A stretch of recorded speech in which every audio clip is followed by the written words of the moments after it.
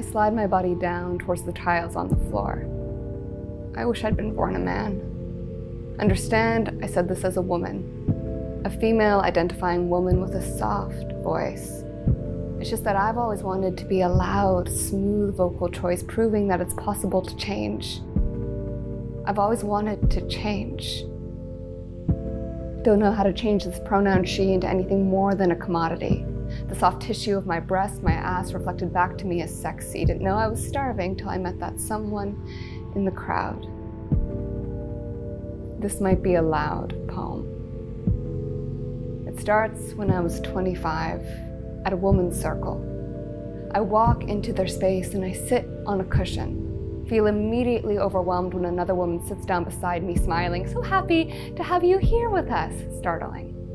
But I stay. Listen as they pass around a keepsake telling each other stories about heartbreak and strength, magic and synchronicity, all the ways they're each healing. After 6 months of meetings, I raise my hand. I'm just confused about the benefits of an empty space. And they tell me words like receiving. I don't like their advice, so I keep searching. I meet a mentor, a Christian. He tells me, you're 1 in a million, but I can help you be great. Thank you, don't hesitate. I recognize this is synchronistic. Don't let yourself miss this, or opportunity could pass you by. I'm trying to be great. He takes me aside. Right. What? Let's start with a scathing letter to your mother. Never send it. Get out your anger, your resentments. I ask him the same question. He tells me the word submission. Like I said, he was a Christian with a very specific way of thinking about gender roles. Tells me that a woman is most fulfilled when in service to a man with a mission. Gives me permission to be a part of his. And I take it. Work to exhaustion. He tells me I'm lucky I found him. I agree. Then scream noiselessly into my pillow. On that night, I could barely breathe, scratched up my chest, a mess, trying to release the anxiety. It would be so easy to take advantage of you. Naive, a beautiful woman, be careful. Receive my advice. I am. You won't succeed without my advice. I know. Sleep finally comes, and I dream about a machine built for suicide. Following a nudge from a loved one, I've stepped inside, they leave, and it begins to fill with water. I'm so afraid. Almost completely covered, but then it stops at the base of my neck. Beep! Not rising, just stopped at the base of my neck. Beep! It's waiting. I'm supposed to finish the job.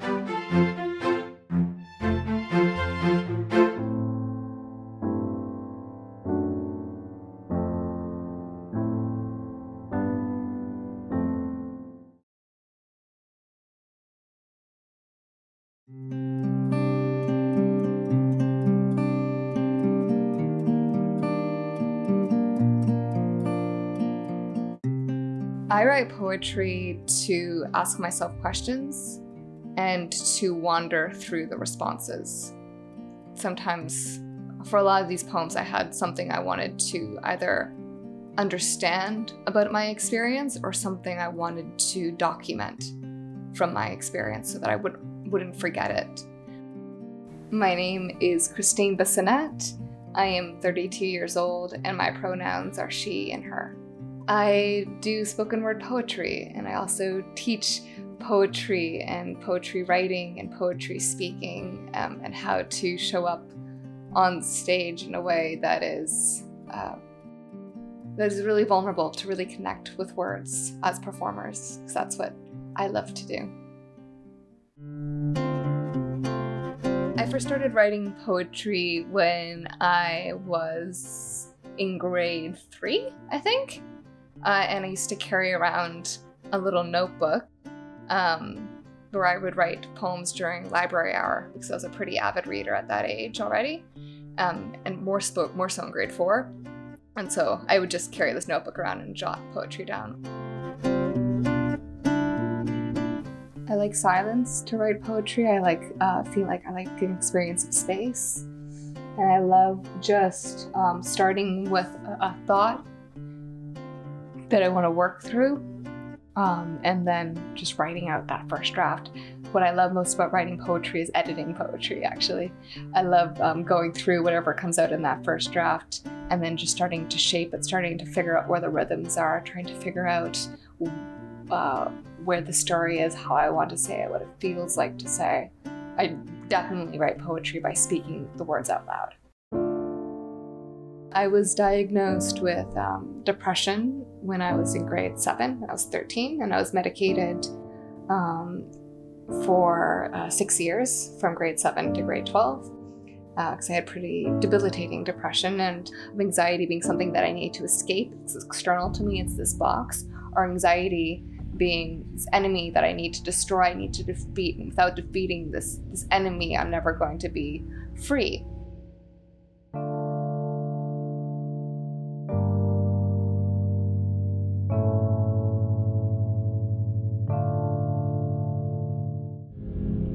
How I experience anxiousness or overwhelm is I experience it generally as sort of like a fogginess in my brain, and I experience it as like a lot of tightness in my breath, and so my voice is generally not as low as I'm experiencing it as being right now, but it's generally falls a lot higher, and everything feels really tight. My jaw gets really tight. My eyes, I think, kind of or my brow furrows a little bit, and I've just experienced sort of like a tightness.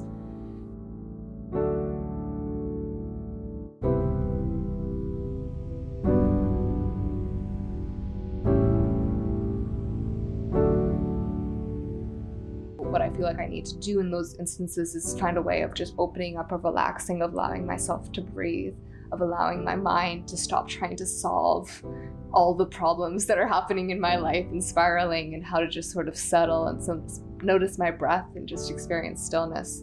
And in order to do that, I have there's a breath practice that I really like that I do that involves just sitting and noticing the sensation of the movement of my breath, and noticing specifically what it feels like to breathe, noticing just the sensation of movement inside my body, noticing the experience of my rib cage opening and closing, my diaphragm contracting and releasing, and and then that starts to bring a lot of stillness, and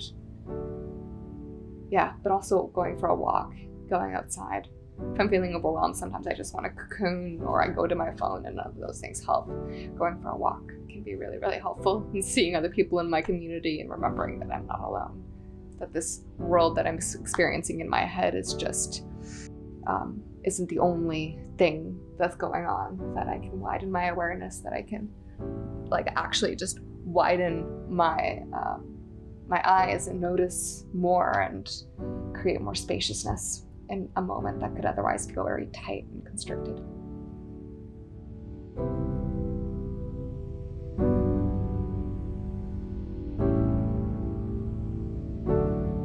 How does poetry help in resolving those emotions? I think it helps me to put words to what I'm feeling. And I think metaphors are extremely powerful for realizing how it is that we are experiencing our lives, experiencing more ephemeral qualities of our lives, like anxiety, like time, love, life itself. So I really like the metaphor for anxiety, that anxiety is an invitation, because I think that metaphor opens up a way of meeting anxiety that is a way more specific to you. So checking in with yourself, saying, I'm experiencing anxiety. What is it that this sensation is asking or wants? Does it want me to rest? Does it want me just to lie down and go to sleep? Does it want me to dance? Does it want me to call up a friend and talk about what I'm feeling? And then all of a sudden anxiety becomes something that I can actually engage with. So I think poetry is helpful, and the different tools of poetry is helpful for helping you to understand your experience and to even shape your experience and find new ways of seeing.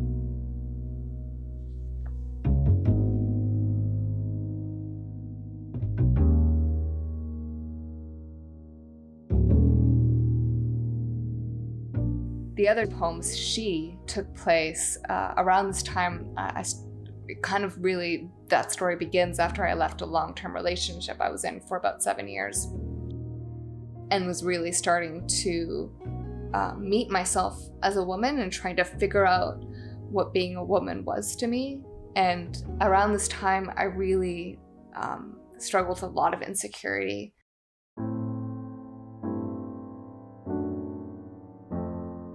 So I was really, really confused about just my relationship to being a woman, my relationship to beauty, my relationship to like the curves, I guess, of a woman, or the sexual nature of being a woman. So I started going to women's circles, and I found that to be a really halting experience because I realized I hadn't really spent a lot of time around women. And so She kind of talks about that and about hearing this word receiving. And then there's a section about meeting a mentor, which really did happen, and that was a breaking point. You'd asked me about my dad earlier. I don't have a relationship with my dad because he's very, very religious, and I would say he's Catholic, and he's got a very intense experience of his religion. And so I met this mentor who was a Christian and was really trying to push religion on me, and at the same time trying to push his views of what a woman was and what my role in that mentorship relationship was. And it was extremely it was awful.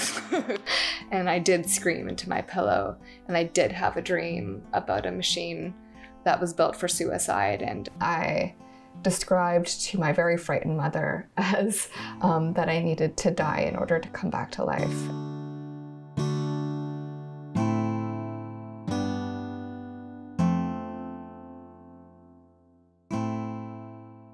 The worst things that I've said about myself are that I'm unlovable, that I'm a failure,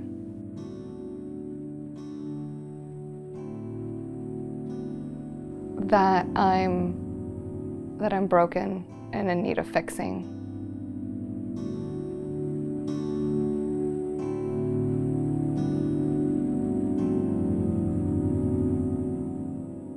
I did actually leave for France with the support of my mom, which I'm really grateful for, and I kind of ran away. It's very much what it felt like, and for years after I came back to Vancouver and started rebuilding my life, I created a divide between before France and after France. And I've only just recently trying to integrate the self that was so hurt in those years.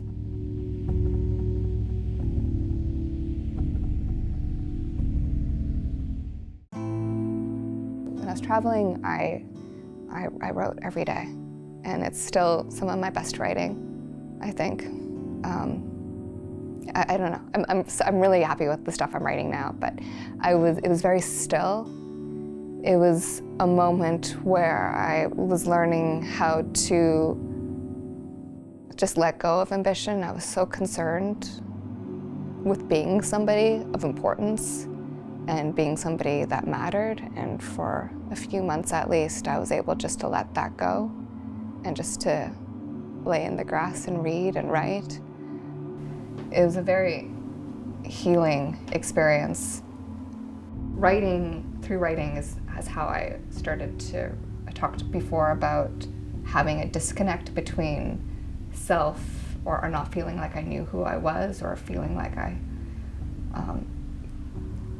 feeling sort of an absence of self, but writing is how I started to meet my voice for the first time.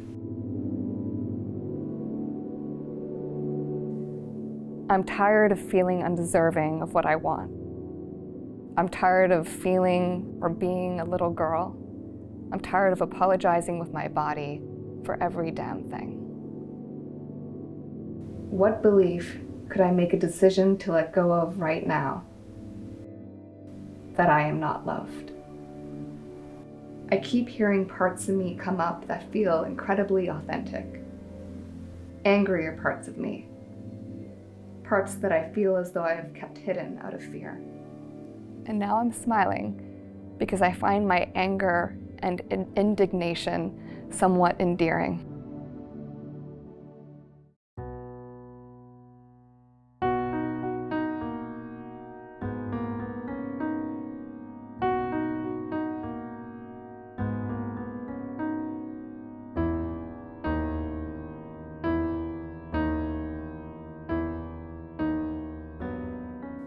But by writing them down, I'm calling them out. I'm saying, hey, I've heard you, and this is what you're telling me, and I'm putting it in writing, and then I can actually look at it and start to engage with what I'm saying to myself and make it matter.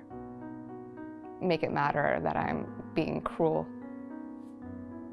I'm being cruel to myself, and rather than just letting it be sort of a background noise, just, calling it out, saying, I hear you, and I see what you're saying, and we're gonna talk about this, because it's not all right.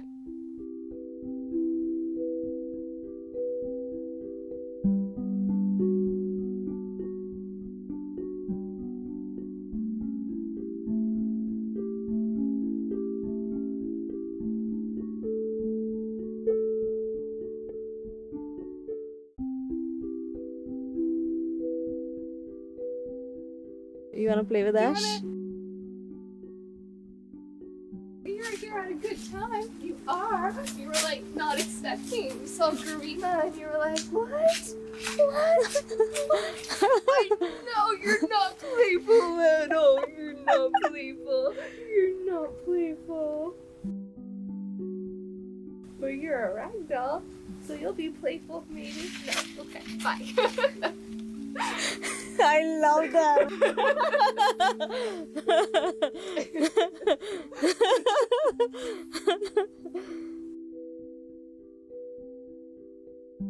I think what makes a poet is curiosity, is an ability to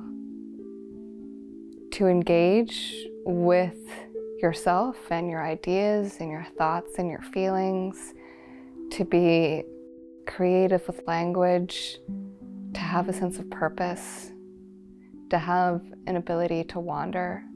But I think anybody can be a poet though.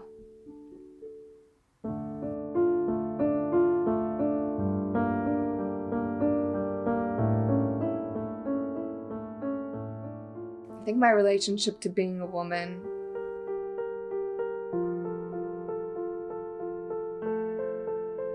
I am finding how to be, I think, how to embrace my sexuality, how to embrace or how to feel really confident and secure in my belief in my own beauty without needing that feedback from others or not relying on it or not having that be important to me or to my sense of self-worth. But just to, and also to have beauty not be the most important thing about being a woman, because it's not. It's very much not. So like, I kind of am a little bit surprised that I even said beauty first, because I very much, for me, being a woman is more so, I don't know, just about being me.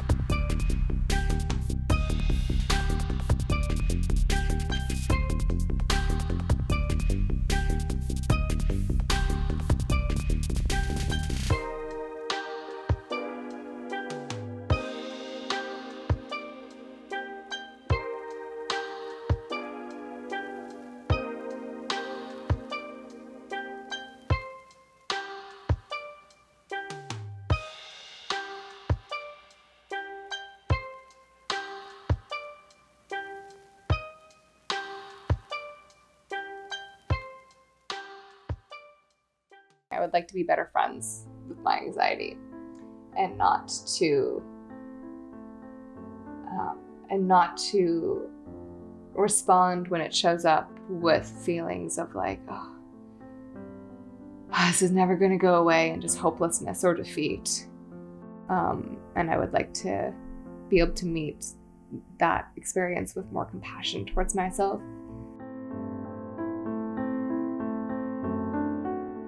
I don't like the idea of anxiety being treated as like, this is the hero's journey, and at the end you're going to defeat anxiety and it's going to be gone, because I think anxiety is very natural, and that it serves us to recognize that it's just a part of our bodies, that we don't need to be afraid of it, that we don't need to vilify it. We can accept it and we can listen to what it has to say.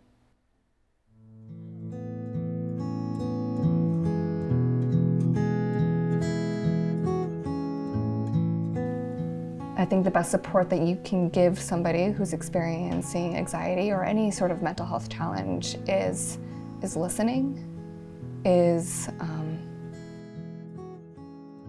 allowing their experience to be valid, not saying things like, oh, just shake it off, or just like, you're going to be fine.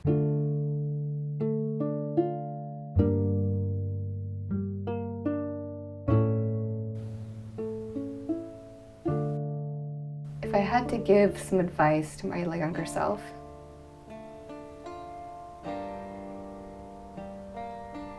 it would be that you're not broken. You were never broken. There are things to dialogue with, there are things to notice.